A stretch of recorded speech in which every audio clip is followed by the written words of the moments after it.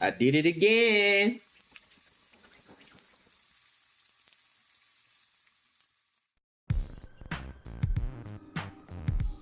GTA San Andreas. Yeah, sounds about right. Goat game. One of the most landmark titles in the history of video games, and was for many years my favorite game of all time. These days, not so sure, because I genuinely can't even decide what my favorite game is these days. I This is my didn't play favorite it for game quite a of while all as my time. interests shifted in my teenage years, however, I still said it was my favorite game. Yo, bro. GTA San Andreas was so iconic to me, bro. I remember and one of the NPCs that walk around, like the bowlers and shit, they run around, they be like, yo, Grove Street Mama suck my dick. So let me tell y'all a quick story, right? So this is a lot of niggas don't know about this. This is house phone days. A lot of y'all kings and queens is too young for this. We had the house phone, right? So one time my brother calls my mom on the house phone, right? And she don't pick up. He leaves the phone on, like he leaves the voicemail on. So she can't hear. How do I explain it? All right, I'm gonna say it the best way. He leaves the phone on, so it lets like, oh, leave a message after the beep type shit, like the voicemail. So the shit is playing the whole fucking time. Mind you, I'm in the crib with my older brother. So it's just me and him. Like we do all types of like dumb shit. Like I get to be the real me. Like I get to curse. I get to do all types of shit, bro. Like cause it's me and big bro. You feel me? So I remember one time somebody answered the door, whatever, and I'm repeating what the NPC saying from GTA San Andreas. I'm like, Grove Street Mama suck my dick. I'm wilding, cursing, fuck you, tweaking, right? My mom comes home. This is like a couple hours later. My mom comes home. I think she came home from work. And I'm mad happy. I'm having a good time. Like, oh, I'm still had a great day. She comes home, bro. She looks at me and just gets busy, like all throughout the house. She's like, you want to have motherfucking person tell people suck your dick. I'm like, how the fuck did she know? I found out that my brother, when he called, he didn't end the voicemail. So this nigga left her a voicemail.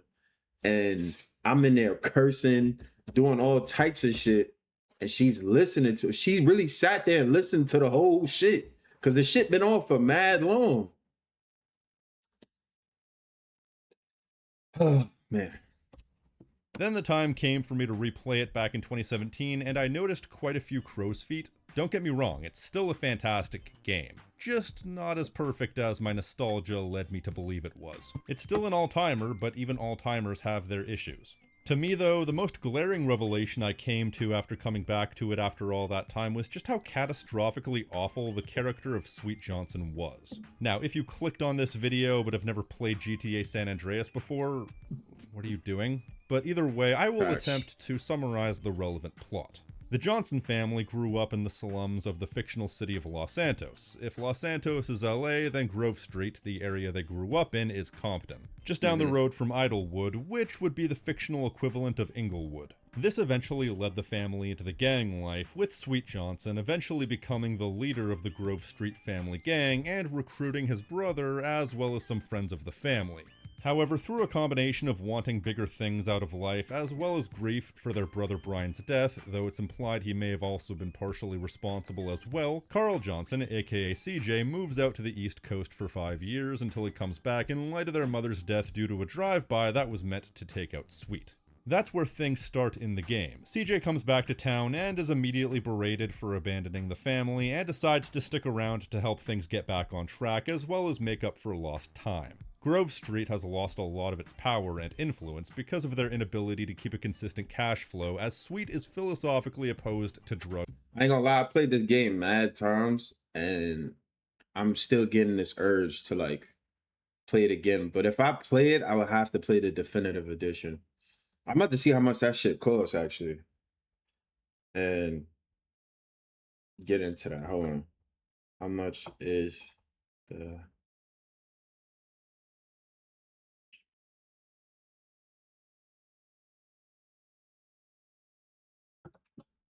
Farted again, bro.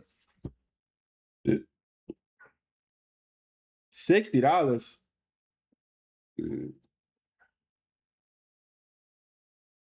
Suck my dick. in every way. Everyday ballers get stronger, and you I and ain't I paying get $60 weak. for You that. and I get poor, man. Played that game so many times. Probably one of the few positive attributes of his character. What ensues is a rather confrontational and at times uncomfortable showing of the early Yo, gang, I got stung by a fucking. Oh my god, I just said gang. I don't even say that shit like that. I got stung by a fucking bee the other day, bro. That shit didn't really hurt me though. That's the crazy part. I don't know if I have a high pain tolerance, but that shit is it just like itches. It's like annoying. Like it's irritating me type 90s shit. I gang think I'll life put during like the some crack A&D or epidemic, some and the shit. desperation that people will go through to survive and thrive in that environment. His refusal to get on board with cashing in on the drug trade leads to your homies Big Smoke and Ryder to conspire behind Sweet's back to become major drug barons, all the while attempting to sabotage our boy Sweet at every opportunity. With the help of the corrupt cop Officer Tenpenny and his crew, there's a constant conspiracy to get Sweet either killed. So I don't know if like a lot of people know this, but I enjoy the psychological I'd say I enjoy some of the mindset of like the mafia like they used to have back in the days. And I compare it to like the gang culture of the United States. And one of the big no-nos in the mafia was getting involved in like, you know, selling products. You get what I'm trying to say? Like they didn't encourage it. You feel me? And I feel like that's like a big difference between the mafia and the gang cultures and stuff like that. Like they get into it way too much, and it like it deteriorates the community and things like that, which is crazy. Like I don't knock people because you know I've seen a lot and I understand people's side to it, but I just be like, yo, bro, that's or crazy. arrested.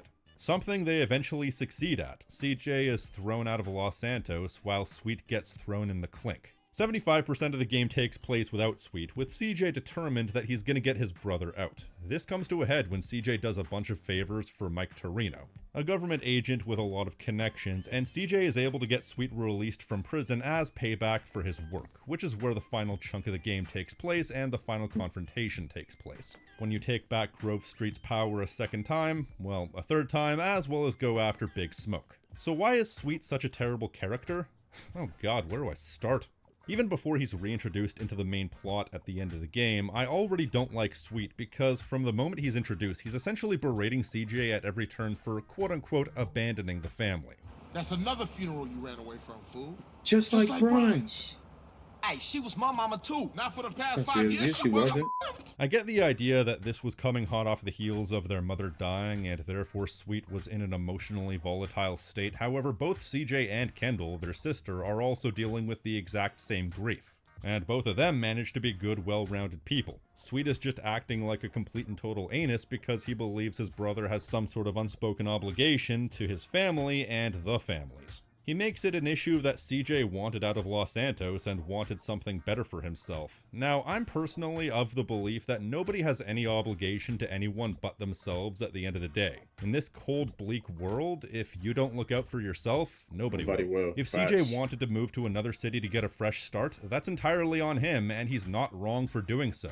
Was he wrong for leaving after Brian's death? Maybe, but that was his choice to make, and treating him like a pariah after he comes back isn't gonna bring Brian or the lost time back. It's especially egregious because Sweet himself hasn't done anything to prove himself to be the better person, and yet he acts as such. And to act like he has some sort of obligation to either his blood family or his gang family is completely egotistical and narrow-minded. That is an arbitrary belief that you are projecting onto other people and getting mad when they don't uphold said belief. For what it's worth, by the end of the first act, Sweet has essentially forgiven CJ, but only after CJ has helped re-establish Grove Street, when through gameplay alone, CJ is able to restore the gang back to its former glory by Mission 25 without even having to touch drugs. Meaning the gang could have thrived under Sweet, it just didn't. So what this says to me is that Sweet is just a terrible leader, and he could have kept the families afloat if he was a competent leader.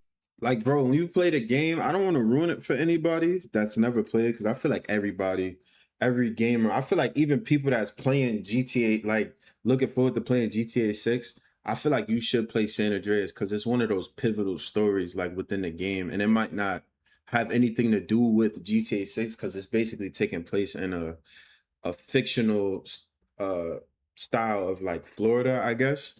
But I feel like niggas should play that game because, bro, it it shows you like how like he's saying like Sweet is very narrow minded and like if you come from a culture of like you grow up in the hood, like you be around gangs and stuff, you kind of start to understand and see like certain things like from a different perspective. Like just when you leave, because that's basically what CJ was doing. And I made a video about this. Like CJ left the hood, bro, and he wanted better for himself. Like, don't get me wrong, the first time he left after his brother passed away, it was like, oh shit, you feel me? Like he was just running around robbing cars. He was living fat. But then when he left and he started to see like the world is bigger than where you from. You get what I'm trying to say? And that's a big thing my mother showed me like growing up like the world is bigger than your hood, like wherever you're standing at in the hood, your block, your whoever, your the whatever radius mile radius your block is, that shit is not compared to how big the world is. Like nigga like me just got his passport and I'm itching to use it, like I'm supposed to be going somewhere soon, you feel me, god willingly. But niggas, oh, my brother text me, but niggas have to realize how big the world actually is and the type of money that you get is like the like drug money is cool and all of that, like according to some people. I never really, you know what I mean, but I'm telling you right now, it's a lot of different opportunities out here if you just seek like and you just open your eyes up and open your minds up to like traveling different places and going different places. Like I never like staying in the hood. Like I always like staying out in the outskirts. You get what I'm trying to say? I only chilled there because this is where I grew up and my friends is there. But like me and Pooch, we will always go to different places. We will always travel here and travel there. You feel me? So it's just niggas should be able to experience shit outside their hood because it shows you how big the world is and it shows you just how small and small-minded people are from where you're from. You get what I'm trying to say? And I understand it because there's liquor stores, there's supermarkets, it's you got everything you need pretty much. You get what I'm trying to say? You can order clothes if you want to buy clothes and shit like that. So it's not really much you need to go outside for. But like, bro, even if you got to take the train or the bus or you got to borrow a ride from a friend or you just take a Uber wherever you at because everybody's locations is different. But if you're from the hood, there's definitely a bus or something you could take. Go to the city and look at like people, bro. Just sit there and just observe the world. The world is so big, bro, and if you remain where you at, you'll never grow, bro. And I promise you, like you'll never grow. And this game taught me that. My mom and this game taught me that. So don't be like Sweet, bro. Like get out the hood, bro. Or whatsoever.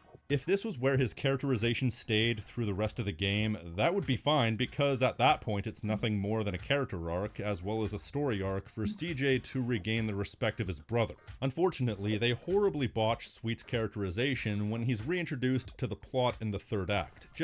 I can't do this scene justice, just watch. We got a stake in the casino. I hate this we part got some too. insane shit in Fierro. We get into the rap game. Hey man, let me get you some new clothes. Come on. New clothes? Nigga, what the f is this bullshit? What you mean, man? What's mine is yours, and you know that. You never did get it, did you, Carl? I need to go check on things in the hood.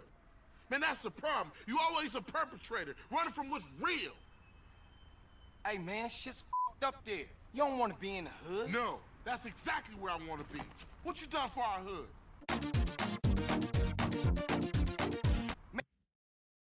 Man, what the hood done for me? Always dragging me down. Ever since I got out the hood, shit been cracking. That's everybody's dream to get out the hood. Man, you sound just like Smoke right now. Oh my god, this is one of the most infuriating cutscenes in the history of gaming. There are Yo, bro, before he get into what he about to get into, I'm telling y'all right now, when I heard this shit, I was like, Nigga, what? Like, the fuck are you talking about, bro? Like, the nigga said he's getting into music. He's gonna have stake in the music business. He got a stake in the casino. They got a garage. Like real businesses, real like things that could build equity and actually do something for the family instead of just being in a gang, like you get what I'm trying to say, or waving a flag. Like this is real, like get money shit. Like the stuff that the mafia was like into, bro. Like they was getting money. You get what I'm trying to say? They wasn't just doing like little petty shit. They was about businesses and building their businesses. Was how they was living on a day to day. Was it right? No, that's the life they was living. But bro, it's like nigga, what do you mean with the hood different, bro? I, I'm from the hood, bro. Like I'm from the bridge. I'm from the biggest projects, bro. Like, nigga, the hood never done nothing for me, bro.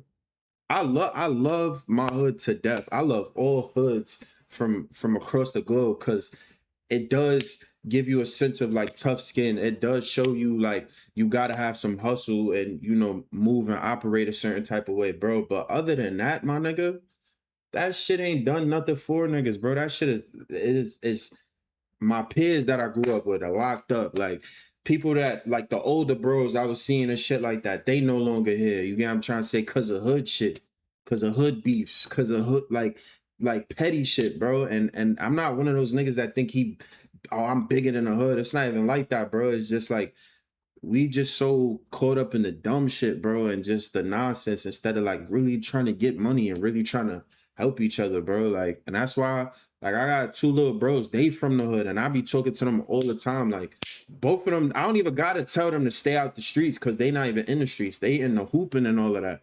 But I tell them like, yo, bro, just stay focused, stay the course, like, and I remain positive to them, bro. And that's what I feel like a big bro should do, bro. Like I like the hood, bro, that shit ain't it, bro. Like that shit'll bring you down. It teaches you a lot, but it don't do nothing for you. And especially if you stay there, it's like being in a toxic relationship. For all that, you might as well get a toxic baby mom.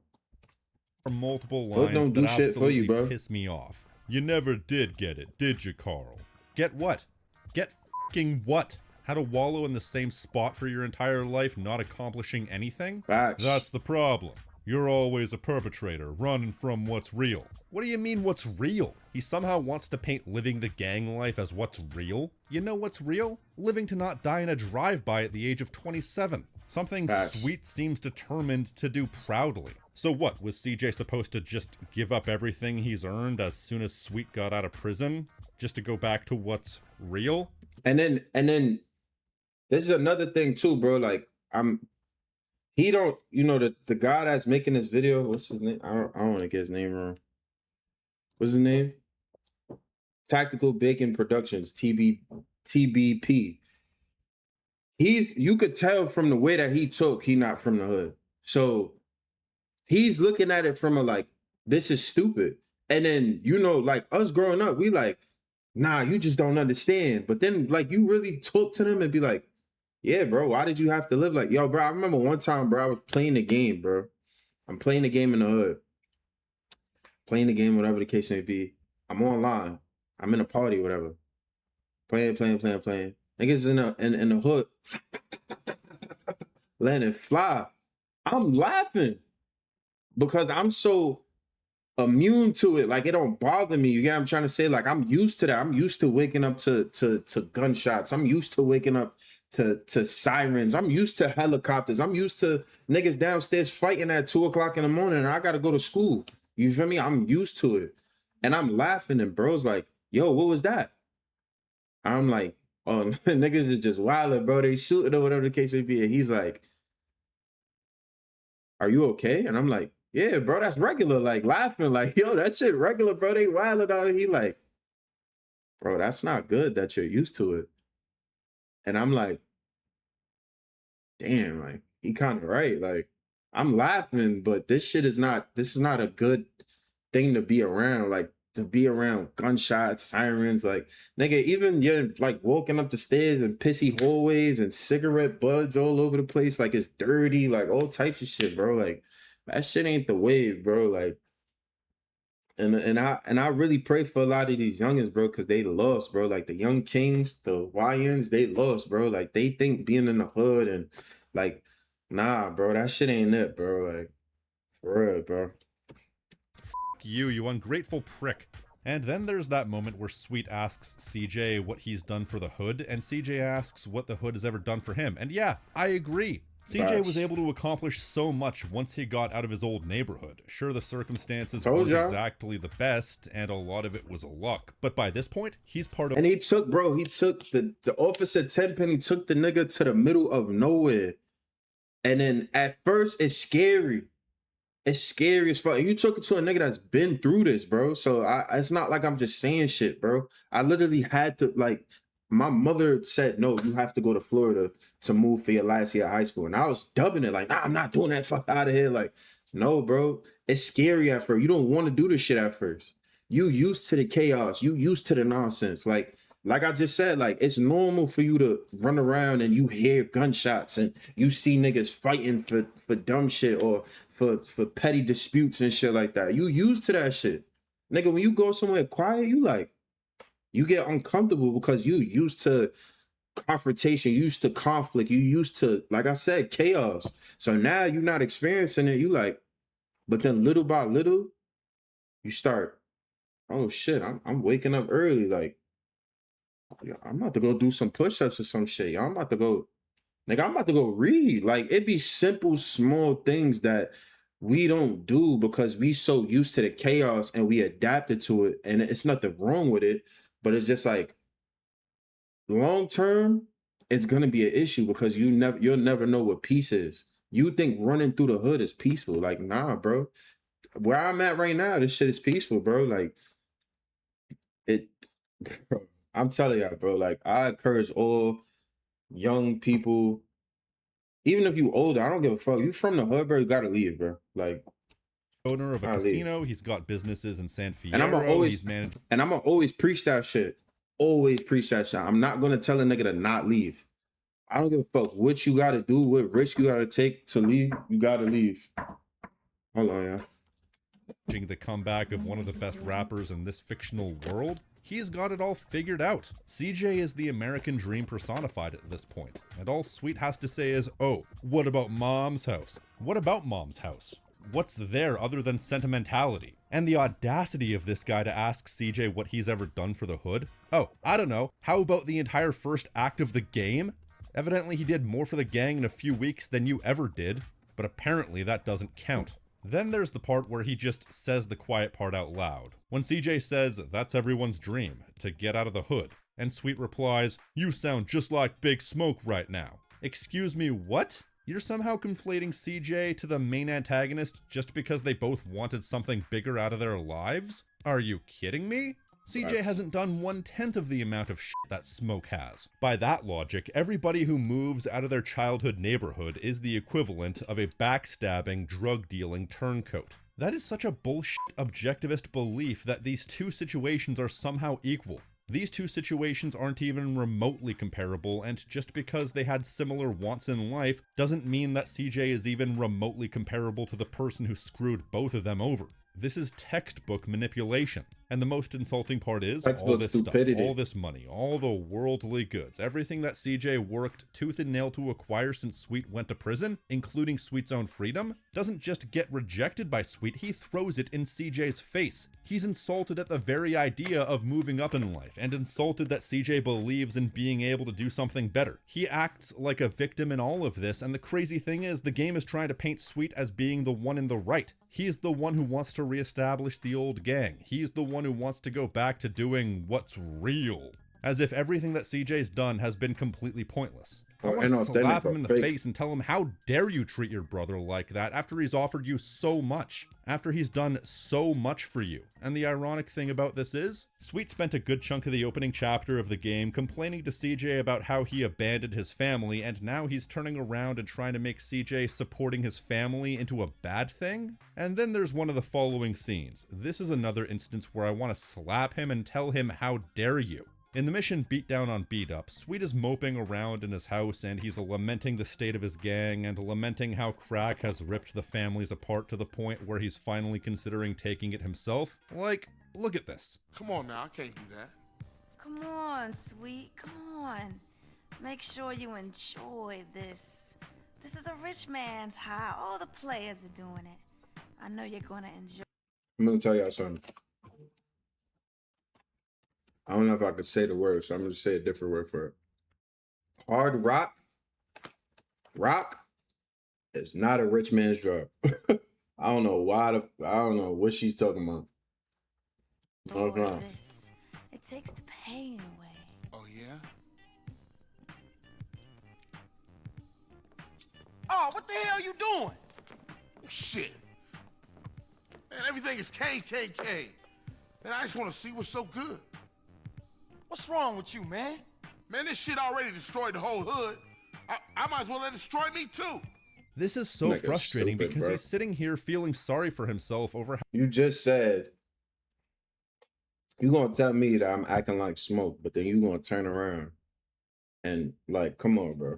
everything's falling apart, but I remind you, things have only fallen apart because he chooses not to fix them. He's actively choosing to sit in his crummy house, hanging out with crack whores, and succumbing to the urge to smoke crack. When he could have very easily just Right. not done that, if he just stopped with the victim mentality BS and stopped acting like there's no way out of the situation he put himself into. Like, yeah, I get it. He's a prideful person and doesn't want to take handouts. But if he doesn't want to take handouts, he's not doing anything that improves his situation. He's actively going out of his way to make his situation worse. Because Yep. he basically refuses to do anything to fix it. It's not until CJ slaps some sense into him that he actually decides to try and get things done. Because as with most games, the curse of being a protagonist is that he's the only one who's actually proactive, but even with everything in mind, it's still so frustrating to sit there watching him on the verge of self-destruction, acting like he has nothing when that's demonstrably not true. But I guess he doesn't care. Because that's not how victim mentality works. Like, Jesus, man, pull yourself together. Do something to improve your situation, or just take CJ up on his offer. And then there's the final scene that paints the picture of exactly might what I gotta play don't this like shit. about Sweet. It's short, and it's a bit subtle, but it's no less infuriating. Check out this bit from the final scene. Anyway, what's next? We should hit the casinos, roll some dice with Woozy. Nah, we gotta take care of shit here first. We going on tour, fam. Has anyone got a tissue? My nose it won't stop running. Is that... So basically, Officer Tenpenny is dead, and as such, everyone's celebrating their victories. Everyone's deciding on what they need to do next. Everyone's moving on to bigger and better things, and they have problems all over the state, and the first thing that Sweet says is they need to handle business in the hood. Why? There are more important things to worry about. They're celebrating gold records, record revenue, major business ventures, an actual future, and he's just sitting there worrying about what happens in his slum. And once again, what does he get out of this? Nothing. And let me be clear, these are just the 3 biggest scenes that illustrate my issue that I have with Sweet towards the end of the game. But practically every scene he's in has some line that is ungodly whiny, frustrating, and so backwards. Like this gem. Look, the world's bigger than this hood. This is where our lives Facts. begin I and just where it's said that. probably gonna end. No, Sweet, it's where your life is probably gonna end. In case you haven't realized, not everyone wants to be here, you self-absorbed prick. Like, how could you be so stuck in your ways as to genuinely say this? I have a hard time articulating just how much a line like this pisses me off. He's not just championing stagnation, he's making it out to be the default that he's expecting everyone to follow. Or how about this? All right, man, let's get out of here and go see Kendall. Kendall can come see me right here at her home. So let me get this straight. Sweet just got out of prison, he hasn't seen his sister in months, but he's so indignant over the idea that CJ and possibly others don't care about Grove Street like he does, This nigga's that a instead fool, of going bro. to see her, he crosses his arms and demands that she comes to visit him here. Because apparently, the hood is more important than family now. How many times can I say how dare you in a video? Then there's this. You keep yapping on what you done did. Let me tell you what I done did. When Kendall needed shoes, I went out and got the money. When Mom's needed operation, I robbed people for the bread. While you off in Liberty City thinking about your own shit. Congratulations, you did some good things, but you never took the thought far enough to use the startup capital to get out of the hood. Get a better life for yourself. because that's not what you want. Besides, CJ broke into a military base to help get you out of jail, and all you seem to be doing recently is sitting around complaining while CJ does all the work on a never-ending quest to earn your validation. How CJ sits back and just takes this abuse, I will never know. Sweet's insufferable. He taking that abuse because he feel guilty. Because people have made him feel guilty, and also he has guilt for the fact that he left.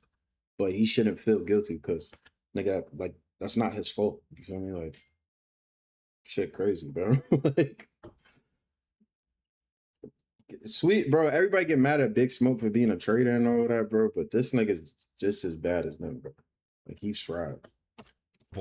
I could kill him, and he's not even real. His entire character hinges on the ever so balmy premise that the Grove Street family is anything more than a liability that will eventually leave him in jail or dead. As a matter of fact, it already left him in jail, and had it not been for his brother having a level of ambition beyond the slums he was born in, he would have still been in jail. So we already have a prime example of the small-minded mindset versus the larger mindset. Sweet has such a small-minded And it's a million of those as in if the to hood, illustrate too. some ill-conceived notion about knowing where you came from, and That's why I've never had. I don't say I will never. I can't have survivor's remorse because I can't feel sorry for a nigga that didn't just take the necessary steps, because we got all of the knowledge, all the technology. If you want to live by these old rules, or these, not even old rules, you want to live by the rules that the hood made for you, like, oh, you always got to stay in the hood. You always got to. All right, nigga, that's on you, bro. Like, I don't got nothing to do with that. It's sad and it's unfortunate, but I'm not about to sit there and mope around, you feel me? Because you, like, I have survivor's remorse if, like, you know, God forbid, like, one of the bros, has an untimely demise in the hood or some shit like that. Cause, like, damn, I made it. Bro should have been here with me. But like, you want to be ignorant, stupid type shit. You want to stay where you at. That's I on you, get my that. nigga. Remembering where I don't you give a came fuck. from is one of the key themes this game works with. But I'm sorry, but holding reverence for where you came from is one thing, but I always interpreted knowing where you came from as to mean stay humble, not doing what Sweet is doing. He's seeking it out and refusing to leave when the opportunity presents itself, and that's asinine 10 and 11, considering that it brought you nothing but suffering. Your mother is dead because of this gang. Your brother is dead because of this gang. And the whole thing feels so disconnected from the rest of the game, which is what makes his character and his suffering ring so hollow. You can't act like there's no way out when there is, and you can't decide to feel sorry for yourself when you have chosen that life for yourself. To me, he comes across as a man stuck in a perpetual state of emotional arrested development. He's stuck in this cycle of poverty, and despite suffering, it's all he's known and therefore all he ever wants, because even if he's suffering, at least he's suffering doing something he knows. He's complacent, he's comfortable where he is, and that's fine. That's not the issue. Being content living in a slum for your entire life because of some misplaced sentimentality isn't the issue. Okay, it is, but it's not the whole issue.